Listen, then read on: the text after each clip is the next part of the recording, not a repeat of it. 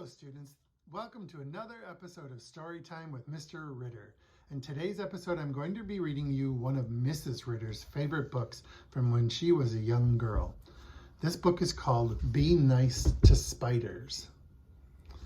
It is written by Margaret Bloy Graham. One thing that I noticed about this book is that it has very limited colors. Mrs. Ritter is kind of old, and so this book goes back a long time. And they must not have had a lot of color back in those days. When I look at the books that some of you are reading now, like the book that I've read to you before, If I Built a House, the colors are just amazing. Not in this book. The colors are very limited. Be nice to spiders. One morning, as the keeper of the zoo was about to unlock the gate, he noticed something on the steps. It was a matchbox with a note that read, "Please look after Helen. I've had her since she was a baby, but I can't keep her anymore. We have to move to an apartment that won't take pets. Thanks, Billy."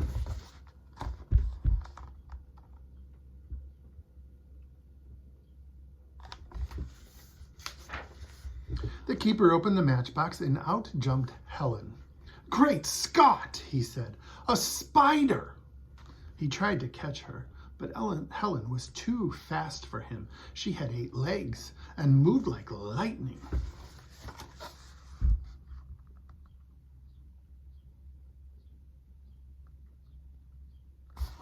Helen ran up a big maple tree. Then she quickly spun a long silk thread and lowered herself into the ventilator of a big building.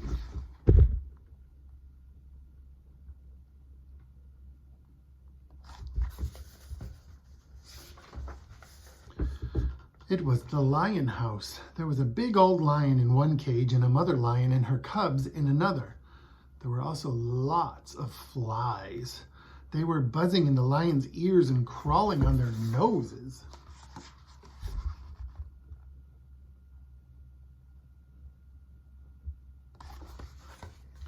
The lions were annoyed, but Helen was delighted. She loved to eat flies. Right away, she set to work to catch them. She began by spinning a web with her silk thread. First, Helen spun the outside threads. Then she dropped straight down.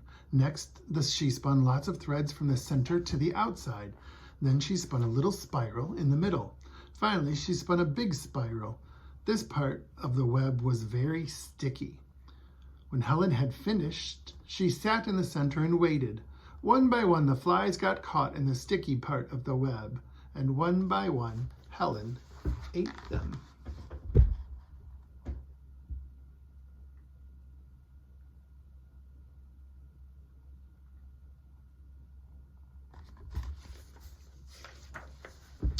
A week went by.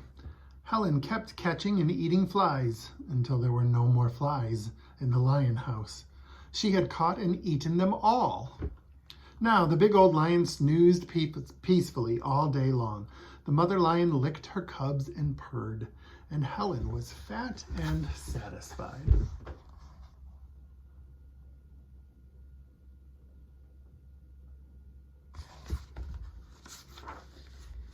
Next, Helen moved to the elephant house. There were lots of flies there, too. Elephants don't like flies any better than lions do. In a week, Helen had caught all the flies in the elephant house. The mother elephant and her baby were happy and could once again enjoy a bath.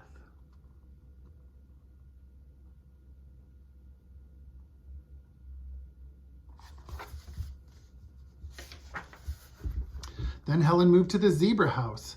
Flies were crawling all over the zebras and driving them wild. As soon as Helen had caught all the flies there, the zebras were able to eat their hay in peace.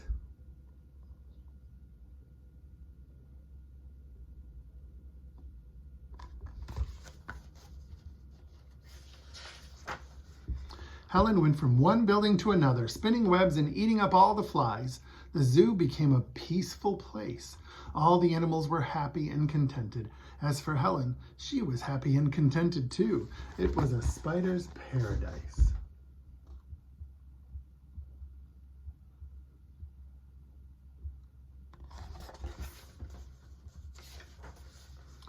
One morning, the keeper blew his whistle 3 times. All the men came running, and the animals looked up to see what was going on. "Boys," said the keeper, "the mayor is coming to inspect the zoo this afternoon at 4. The animals look fine, but the cages sure need cleaning up. And don't forget to get rid of all those spider webs." "But, Chief," said his assistant, scratching his head, "I thought spiders were supposed to be sort of useful." "Joe," said the keeper, "those webs make the place look a mess. Okay, boys, get busy." The men started sweeping the cages, and they hosed and scrubbed them down.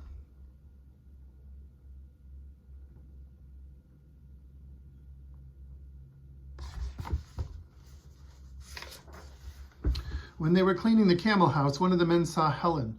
"Quick, give me the broom," he shouted. He took a big swing at her, but Helen had disappeared. The whole zoo was clean and shining when the mayor arrived. "Excellent," he said. "I'm delighted. I've never seen the place so neat and the animals looking so well."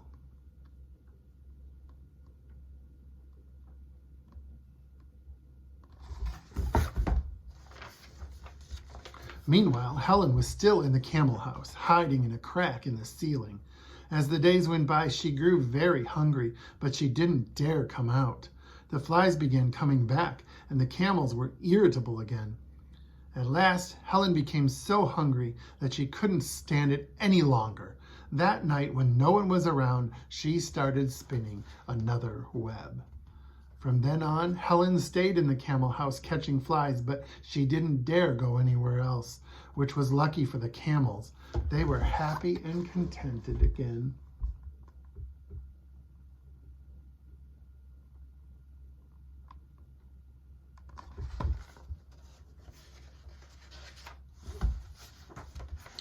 But everywhere else in the zoo, it was a different story. It didn't take long for the flies to come back and bother all the other animals. The keeper went from cage to cage. "I can't understand it, Joe," he said. "When the mayor was here, the animals were in such good shape. Now look at them." "You're right, Chief," said Joe. "They sure do look miserable."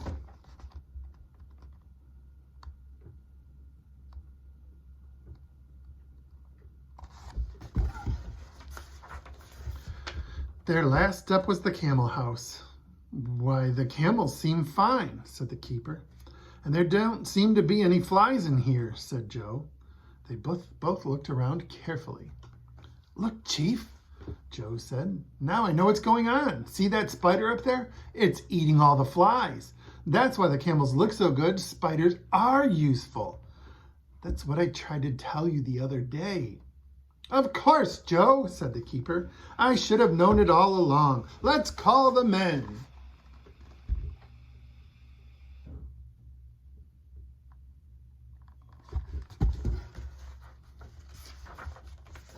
He blew his whistle, and the men came running. "Boys," he said, "Joe made a great discovery. Spiders are good for a zoo. They keep the flies from bothering the animals. They help us do our job. So from now on, there's a new rule. Be nice to spiders." Soon the zoo became famous for its happy, healthy animals, and Helen was treated like a queen. One day, Helen's picture appeared on the front page of the paper. The headline read, "Local Zoo Named Best of the Year. 3 cheers for Spider," says keeper. That evening, the father of the little boy who had left Helen at the zoo said, "Billy, look at this." "Hey, it's my spider," Billy shouted. "It's Helen." "Well, well," said his father. "Instead of the zoo taking care of Helen, Helen seems to be taking care of the zoo."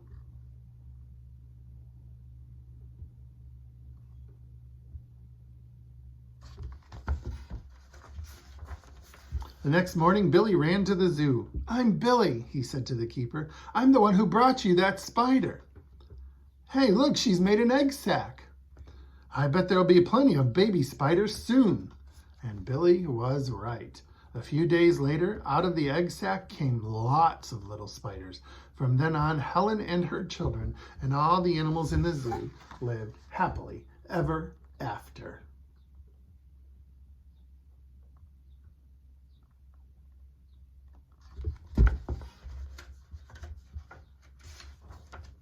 The end. How did you like Mrs. Ritter's book? was going to call it an old book, but it's not the book that's old. It's Mrs. Ritter that's old. Have a great day, everybody. You can do this. Go for it.